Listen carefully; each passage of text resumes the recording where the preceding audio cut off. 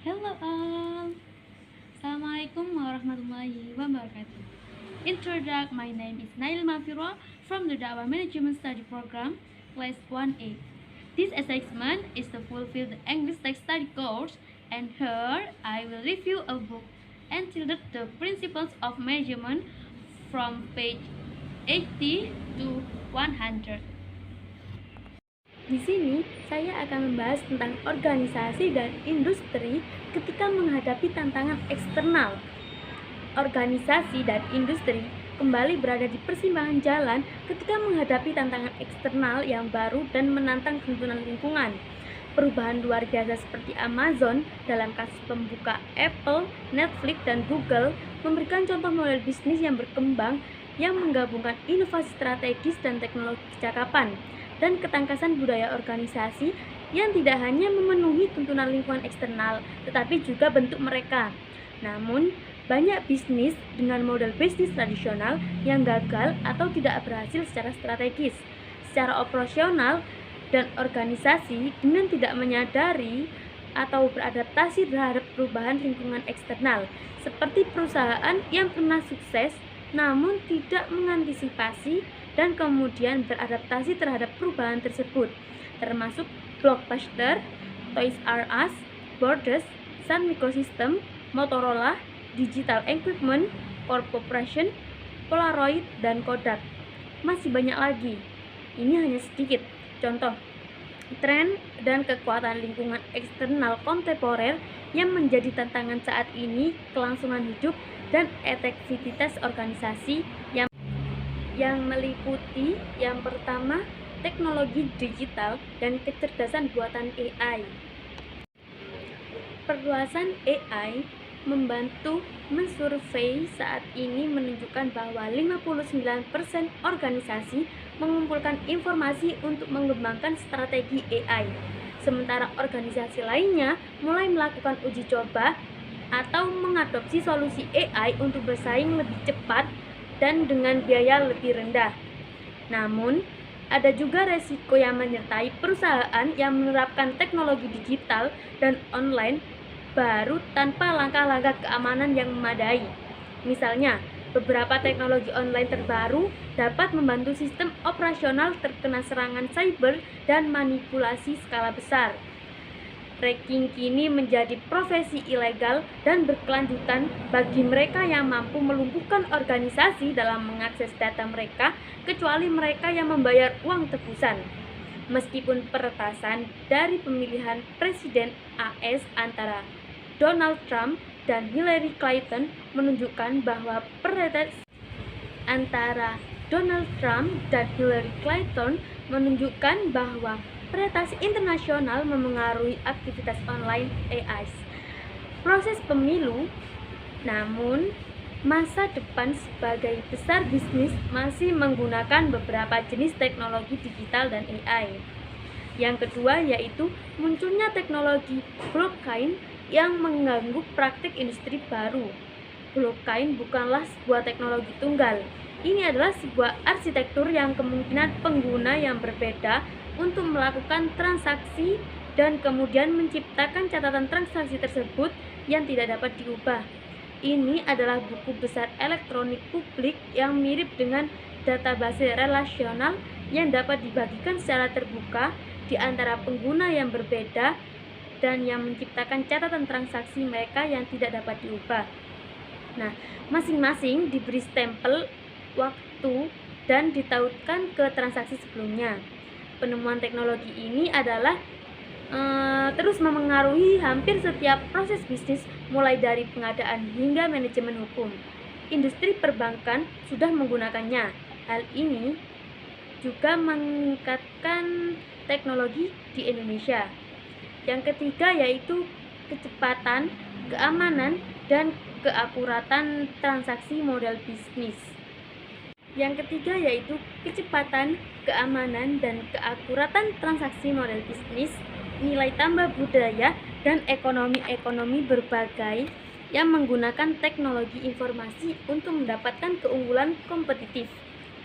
Nah, perusahaan seperti IBM, dan Uber telah memperkenalkan model bisnis baru yang telah mendisrupsi industri real estate, hotel, taksi, dan lainnya, mengambil alih manajemen lapisan tengah dalam transaksi untuk meningkatkan efisiensi dan kepuasan pelanggan sekaligus memangkas biaya melalui penggunaan teknologi informasi dan media sosial akan terus berlanjut.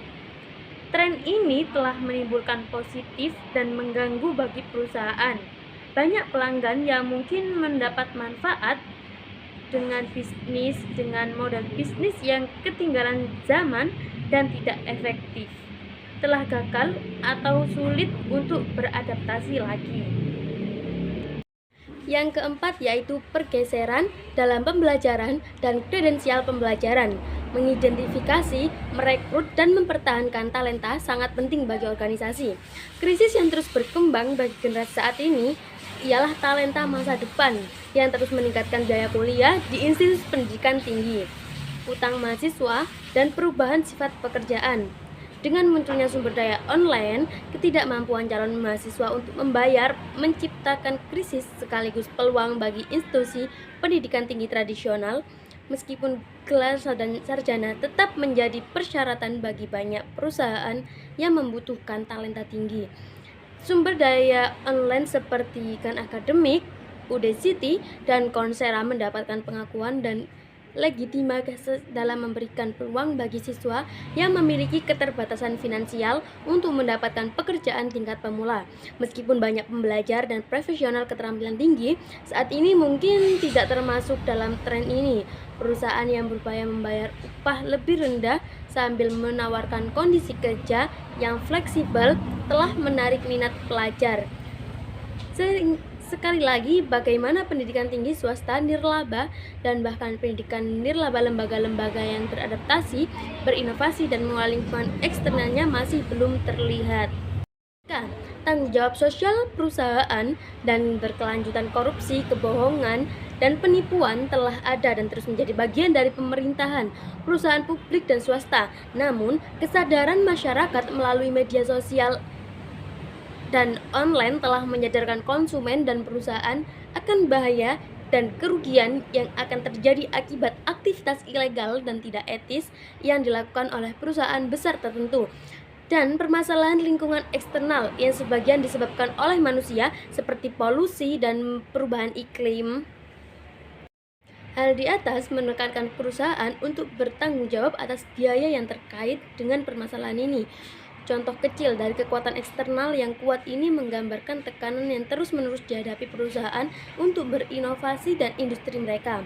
Teori, konsep, dan prinsip dasar disajikan dalam bab ini untuk membantu menjelaskan elemen lingkungan eksternal dan bagaimana organisasi dan perusahaan dapat berorganisasi dan berorganisasian untuk bertahan dan berkembang di abad ke-21.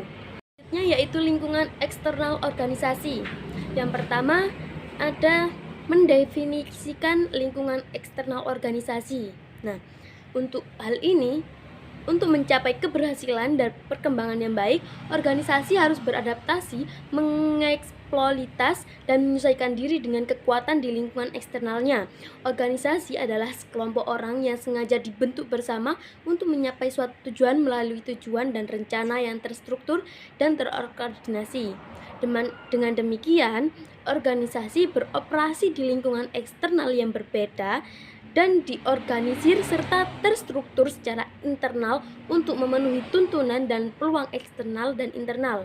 Berbagai jenis organisasi termasuk nirlaba swasta publik, pemerintah, sukarela, dan yang dimiliki dan dioperasikan oleh keluarga dan diperdagangkan secara publik di purba saham. Organisasi biasa disebut dengan perusahaan, firma, korporasi, lembaga, perkumpulan lembaga, kelompok, konsorsium, dan konglomerat. Nah, meskipun jenis, ukuran, ruang lingkup, lokasi, tujuan, dan misi suatu organisasi semuanya membantu merusak lingkungan eksternal di mana organisasi tersebut beroperasi. Namun, organisasi tersebut tetap harus memenuhi persyaratan dan kemungkinan lingkungan tersebut agar dapat bertahan dan sejahtera. Bab ini terutama membahas bagaimana organisasi menyesuaikan diri dengan lingkungan eksternalnya dan bagaimana organisasi disusun untuk menghadapi tantangan dan peluang di lingkungan tersebut. Hal-hal yang dapat diambil oleh para pembaca bab ini adalah sebagai berikut. Yang pertama yaitu mengidentifikasikan elemen-elemen dalam lingkungan eksternal dan internal organisasi manapun yang mungkin menarik atau mengembangkan strategi dan taktik akan membantu Anda.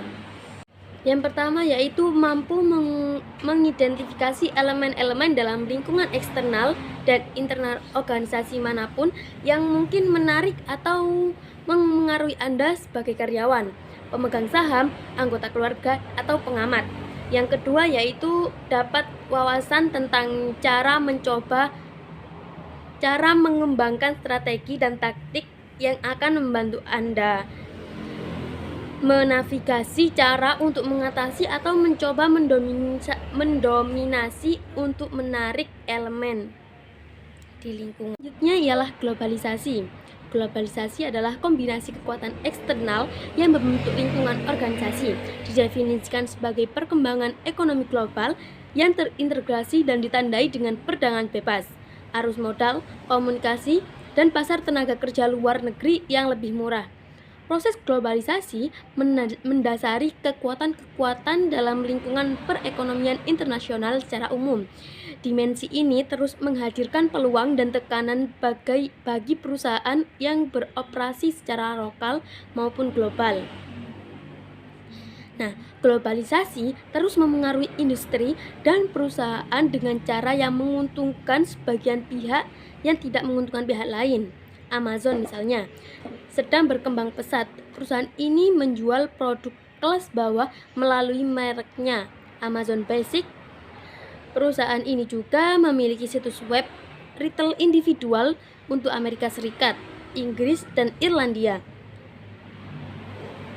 Dan ada juga Prancis, Kanada, Jerman, Italia, Spanyol, Belanda, Australia, Brazil, Jepang, Tiongkok, India, dan Meksiko. Nah, Uber dan Airbnb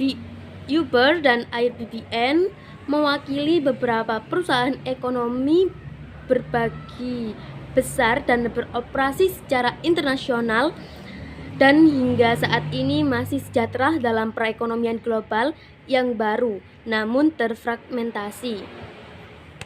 Selanjutnya yaitu globalisasi. Globalisasi adalah kombinasi kekuatan eksternal yang membentuk lingkungan organisasi. Didefinisikan sebagai perkembangan ekonomi global yang terintegrasi dan ditandai dengan perdagangan bebas, arus modal, komunikasi, dan pasar tenaga kerja luar umum